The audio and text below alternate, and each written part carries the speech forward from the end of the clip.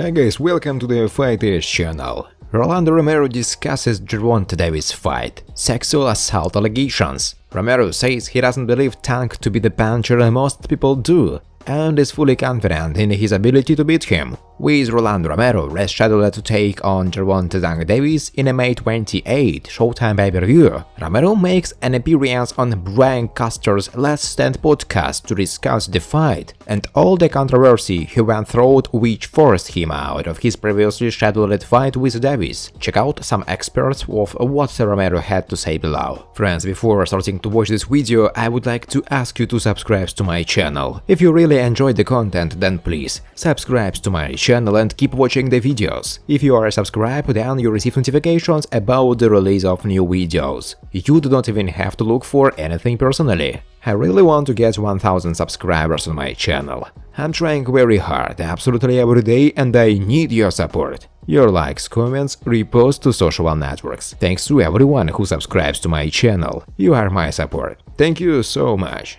On referring to himself as the boxer formerly known as Rolly, they have tainted my name, my image, so I have to rebrand myself now, you know. So now you have to say the whole damn thing. You can't just say Rolly. You have to say the boxer formerly known as Rolly, or the boxer for short, on what the fight against Davis means to him. Well, it's a legacy fight, as simple as that. It's a legacy fight, it's just to really cement myself into the history of boxing, become a megastar. I'm already a star. I wouldn't be on this platform if I wasn't a star, but now is to become a next level star. On whether he thinks my weather has pushed Davis more than him. No, to really put it, he second when he was like 13-14 fights. I have 14 fights right now. He has twice as many fights as me. It's only logical he is be more popular than me. The beef has nothing to do with any of that stuff. It's just I want to be on the fast track, and I put myself on the fast track. Simple as that. On why he is so confident he can stop Davis, I just know I see things. I see things other people don't see. I go into things without any bit of doubt in my mind. It's just for sure for me. That's all it is for sure. And when I see something that's for sure, I put everything I got into it. On how much he benefits from seeing Isaac Cruz's success against Davis. I mean, Tank looked. He didn't perform as well that fight, but a lot of people say Isaac Cruz won the fight. And all that stuff. I don't think Isaac Cruz won the fight. I think Tank won that fight convincingly regardless of his performance. It's just he had a difficult fight with some dude, then he thought he could get out of there, and couldn't get out of there. And Tank, I don't think he's as big of a puncher as people think.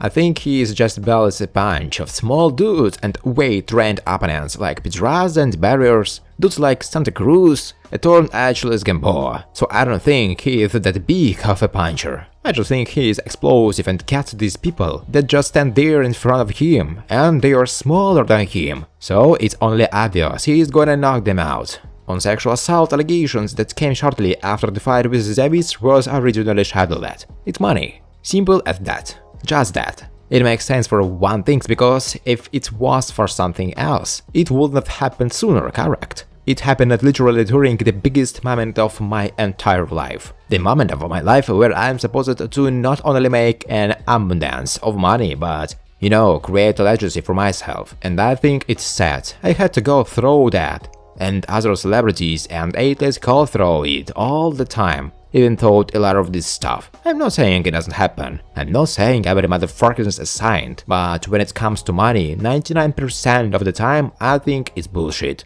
Lodi Bella, the promoter of the absolute lightweight world champion George Kambosos, say that the Australian boxers team understands and supports Vasily Lomachenko's decision to abandon the fight instead of leaving and preparing for the fight for all titles. We made a deal with Vasily Lomachenko. It happened just 2 weeks ago. We wanted to give him any chance within reason, even our acceptable schedule. We had nothing but full respect for his decision. Cambosos wanted to make sure that after the deal was concluded, Lomachenko would have enough time to make a decision.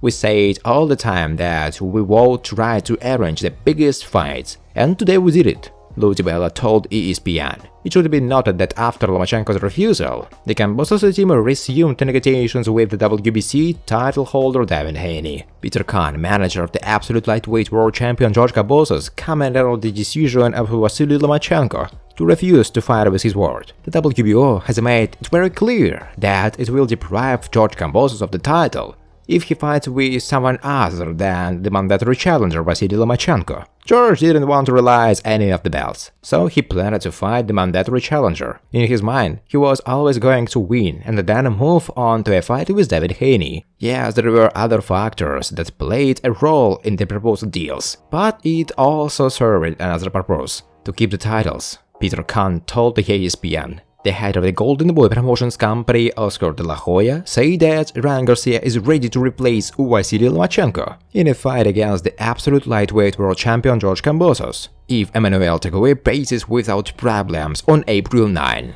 If everything goes well for Ryan Garcia on April 9 on DAZN, then I hope to continue discussions with Lou DiBella and arrange a fight with Cambosos. I heard that Lomachenko had some difficulties getting to Australia. We want to fly to Australia, talk to DiBella and arrange this fight next for Ryan Garcia. That's how committed Ryan is, Oscar De La Hoya said. Ryan Garcia believes Canelo Alvarez intentionally broke gym code when the undisputed 165-pound champion came out with comments criticizing his work ethic. The budding lightweight attraction caught the boxing world unawares last month when he announced that he was leaving Alvarez trainer Eddie Reynoso to work with Joe Guzan. Garcia cited Reynoso's inability to devote more of his time to training him. Garcia also had some beef with Alvarez, stemming from comments the Mexican superstar made to the press last year after Garcia pulled out of a shadowless summer fight with Javier Fortuna